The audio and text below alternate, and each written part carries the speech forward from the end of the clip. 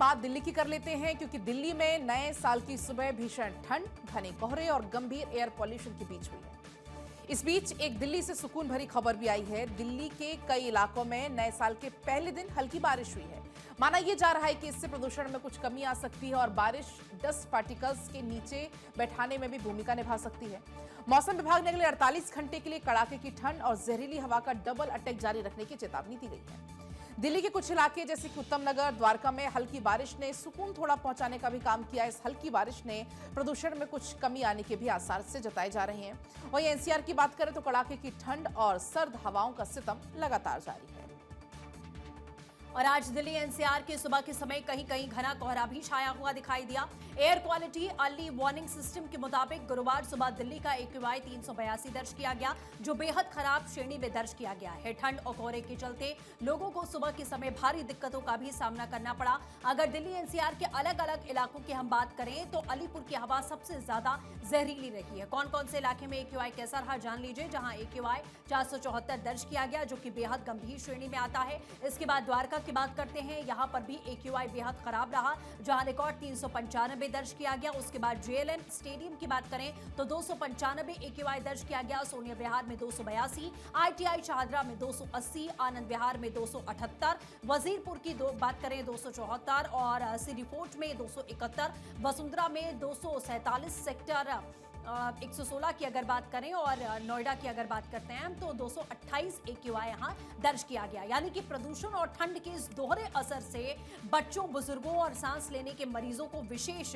सतर्कता बरतने की सलाह दी जा रही है। प्रदूषण को रोकने के लिए दिल्ली सरकार कड़े कदम उठा रही है। दिल्ली के रोहिणी के आवासीय क्षेत्रों में औद्योगिक गतिविधियों पर कार्रवाई करते हुए पिछले 3 दिनों में 53 वेल्डिंग दुकानों और एक प्लास्टिक फैक्ट्री को सील कर दिया गया है। अभी ये एक्शन कई और इलाकों में जारी है। उत्तर भारत में पड़ रही कड़ाके की ठंड और घने कोहरे ने जनजीवन को बुरी तरीके से प्रभावित किया है। ठंड को देखते हुए उत्तर भारत के कई राज्यों में स्कूलों को बंद किया गया एहतियातन, और ये फैसला बच्चों की सेहत और सुरक्षा को देखते हुए यहाँ किया गया है। आपको बता दें कि भारत मौसम विज्ञान विभाग के मुताबिक आने वाले दिनों में उत्तर भारत में कड़ाके की ठंड पड़ने वाली है। दिल्ली, हिमाचल प्रदेश, पंजाब, यूपी समेत कई राज्य ऐसे हैं जहां बारिश का भी अनुमान जताया जा रहा है। कहां स्कूल कब तक बंद रहेंगे ये भी हम आपको जानकारी देते हैं। देश की राजधानी दिल्ली की बात करें तो 1 जनवरी से स्कूल बंद हो गए हैं और 1 सप्ताह की विंटर वेकेशन अब यहां से शुरू हो जाती है। इसी के तहत गौतम बुद्ध नगर की बात करते हैं तो बढ़ते प्रदूषण, घने कोहरे और कड़ाके की ठंड को देखते हुए जिले के सभी स्कूलों को 4 दिनों के लिए अभी बंद करने का आदेश है, जो बढ़ सकता है। उत्तर प्रदेश में बहुत ज्यादा ठंड को देखते हुए मुख्यमंत्री योगी आदित्यनाथ ने आज पूरे राज्य के स्कूलों को बंद करने का आदेश दिया। ठंड के मौसम में बच्चों की सुरक्षा को देखते हुए यह फैसला किया जाता है। सभी बोर्ड यानी कि ICSE, CBSE और यूपी बोर्ड के क्लास 12 तक के सभी स्कूल आज बंद होंगे। बिहार की राजधानी पटना में कक्षा 8 तक के स्कूल बंद करने का आदेश है और आदेश में 31 दिसंबर से 2 जनवरी तक कक्षा 8 तक के सभी सरकारी और निजी विद्यालयों को बंद करने का आदेश दिया।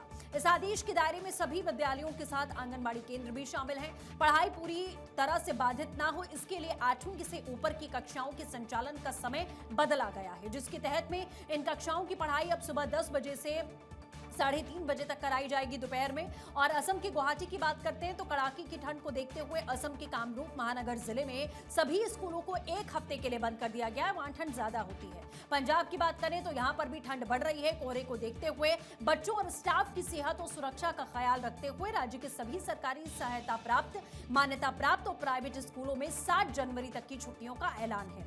झारखंड में लगातार बढ़ रही ठंड और शीतलहर के कारण रांची जिले के सभी सरकारी, गैर सरकारी, निजी विद्यालयों को 27 दिसंबर से आज तक के लिए स्थगित किया गया था। मौसम विशेषज्ञों का यह कहना है कि वेस्टर्न डिस्टर्बेंस की कमजोर पड़ने के बाद उत्तर से आने वाली हवाएं ठंडी हवाएं हो जाती हैं, जिससे पंजाब, हरियाणा, दिल्ली, एनसीआर और उत्तर प्रदेश में ठिठुरन बढ़ जाएगी। मतलब नए साल में ठंड और ज्यादा बढ़ेगी। ठंड और प्रदूषण को लेकर देश भर में क्या स्थिति है, इसके लिए हमारे अलग अलग जगहों से जो संवाददाता है हमारे साथ में जुड़ चुके हैं। अक्षय हमारे साथ में दिल्ली से जुड़े हुए हैं। देहरादून की बात करें तो पंकज हमारे साथ में इस समय जुड़ चुके हैं और विशाल भी मुजफ्फरपुर से हमारे साथ जुड़े हैं। लेकिन सबसे पहले हम दिल्ली का रुख करते हैं। अक्षय, जिस तरीके से कहीं कहीं दिल्ली में देखा गया कि हल्की बारिश भी हुई, कहीं कहीं कोहरा भी रहा, जो उम्मीद जाहिर की जा रही थी कि अगर बूंदाबांदी होती है तो कोहरे में थोड़ा बहुत अगर प्रदूषण की बात करें तो उसमें थोड़ा हम कम असर होता हुआ देख सकते हैं। किस तरीके के हालात हैं अभी?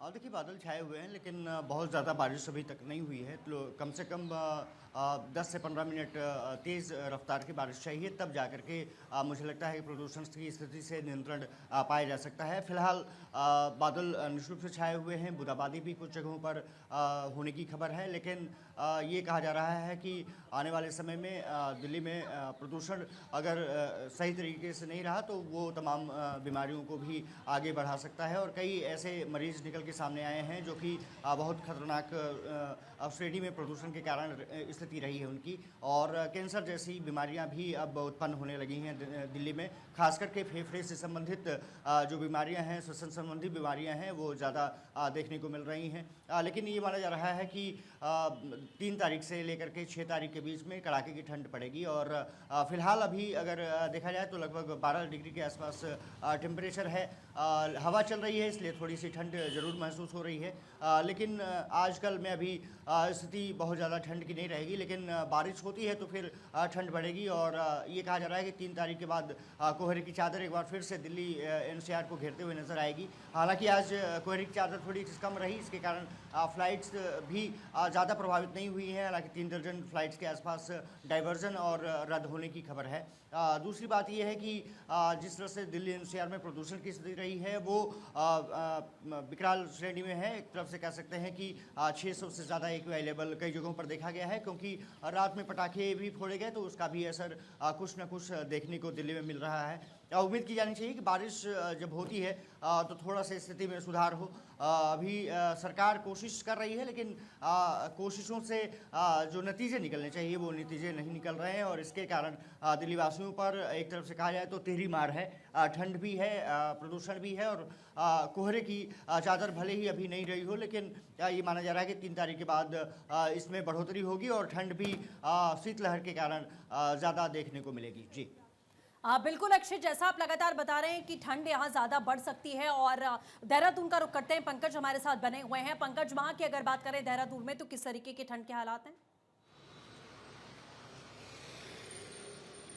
देखिए, आज हल्की राहत मिली है ठंड से, क्योंकि कल पूरे दिन भर बादल छाए थे, कोहरा बना हुआ था, तो लोगों को काफ़ी दिक्कतों का सामना करना पड़ रहा था। लेकिन आज सुबह के वक्त अगर हम 9 बजे तक की बात करें तो हल्का कोहरा था और धूप नहीं खिली थी। लेकिन अब धीरे धीरे जैसे दिन बढ़ रहा है, उसके साथ साथ सूर्यदेव भी अपनी चमक को बिखेर रहे हैं और धूप का खिलने का सिलसिला लगातार बढ़ रहा है। लेकिन क्योंकि धूप में नमी बहुत ज़्यादा है और कोहरा ऊपर जो परत है वो जमी हुई है, इसलिए जो पर्याप्त पूरी तरह से धूप खिली चाहिए थी वो नहीं हो रही है। नमी होने की वजह से ठंड है, और ठंड की वजह से लोगों को दिक्कतों का सामना करना पड़ रहा है। खासकर अगर 2 जिलों की बात की जाए, उधम सिंह नगर, हरिद्वार की, तो वहां पूरी तरह से दिन भर कोहरा छाया हुआ है। पिछले 4 से 5 दिनों से लगातार वहां पर कोहरे की वजह से जो आवाजाही है उसमें दिक्कतें हो रही हैं, लोगों को समस्या हो रही हैं। इसके साथ साथ ही पर्वतीय क्षेत्रों में शुष्क ठंड की वजह से पाला पड़ रहा है। सड़कों पर भी फिसलन वाला पाला होने की वजह से जो यातायात है उसमें दिक्कतें हो रही हैं। मौसम विभाग ने एक अनुमान ये जताया था कि 31 तारीख की शाम से एक पश्चिमी विक्षोभ जो है वो सक्रिय होगा, लेकिन जो पूर्वानुमान था वो सटीक साबित नहीं हुआ। हालांकि अभी भी बादल छाए हुए हैं पर्वतीय क्षेत्रों में, और मौसम विभाग का कहना है कि ये 2 जनवरी तक एक्टिव रहने की संभावना है, और 2 जनवरी तक यदि एक्टिव रहता है, यानी कल तक मौसम में बदलाव होता है, तो कहीं कहीं बारिश हो सकती है। इससे बारिश से 2 फायदे बड़े महत्वपूर्ण होंगे। एक तो ये कि जो शुष्क ठंड है उससे लोगों को राहत मिलेगी, और पर्वतीय क्षेत्रों में बर्फबारी हो सकती है, क्योंकि बर्फबारी ना होने की वजह से लगातार ऊपर के जो किसान है, जो काश्तकार हैं, खासकर हम उद्यमियों की बात करें जो वहां पर उद्यान के क्षेत्र में रहते हैं, सेब के बगीचे हैं, जिनके अलग अलग फलों के बगीचे हैं, उनको दिक्कतें हो रही हैं, क्योंकि बर्फबारी से उनके पौधों में एक नमी आती है और पौधे आगे ऊपर बढ़ते हैं, और जो फल है वो अच्छे फलदार पेड़ उत्पन्न होते हैं। लेकिन यहाँ क्योंकि देखिए जनवरी शुरू हो गई है और दिसंबर का महीना खत्म हो गया, उम्मन ये देखा गया है कि पर्वतीय क्षेत्रों में दिसंबर के अंतिम सप्ताह में बर्फबारी हो जाती है। केदारनाथ, बद्रीनाथ, यमुनोत्री, गंगोत्री क्षेत्रों में इस दौरान भारी बर्फबारी होती थी, और केदारनाथ में तकरीबन 2 से 3 फीट बर्फ इस समय गिर जाती थी, और यही हाल बद्रीनाथ के होते थे। यमुनोत्री, गंगोत्री में भी इसी तरह के हालात होते थे कि वहां पर बर्फ की वजह से लोग वहां जाते थे और बर्फ से अच्छा आनंद जैसा बता रहे हैं कि बर्फबारी कम होने से या ना होने की वजह से काफी ज्यादा किसानों को भी नुकसान पहुंचा है। आप बने रहिए हमारे साथ में। विशाल का रुख करते हैं, मुजफ्फरपुर से हमारे साथ मौजूद है। विशाल, किस तरीके के हालात आप वहां देख पा रहे हैं ठंड को लेकर? की स्थिति जो है यह पूरे बिहार में बहुत ज्यादा चरम पे थी, लेकिन आज जो है धूप खिली है। नए साल की शुरुआत है तो धूप खिली है, तो थोड़ी राहत होती हुई जरूर नजर आ रही है। लेकिन जो बिहार का मौसम विभाग है या जो पूसा जो मौसम विज्ञान केंद्र है उसने 2 जनवरी के लिए भी अलर्ट जारी किया है, और जो बीते 4-5 दिनों से जो शीतलहर की स्थिति थी उसमें थोड़ी राहत मिलती हुई नजर आ रही है। लेकिन सरकार ने भी इसको लेकर के तमाम गाइडलाइन जारी किए हैं। बच्चों की स्कूल जो है 2 जनवरी तक, पूरे बिहार में 2 जनवरी तक जो 8वीं की कक्षा है उसको तमाम पाठ्यक्रम, तमाम जो शैक्षणिक गतिविधि है उस पर रोक लगा दी गई है कि किसी तरह की जो है दिक्कत बच्चों को ना हो। बुजुर्गों के लिए भी एहतियात जारी की गई है। तमाम जो सरकारी अस्पताल है, उसके अलावा जो प्राइवेट हॉस्पिटल है, उसके अलावा जो बिहार की जो इंडियन मेडिकल एसोसिएशन है उसको भी एडवाइजरी दी गई है कि उनको जो बुजुर्ग आ रहे हैं उनका खास विशेष रूप से ध्यान रखिए।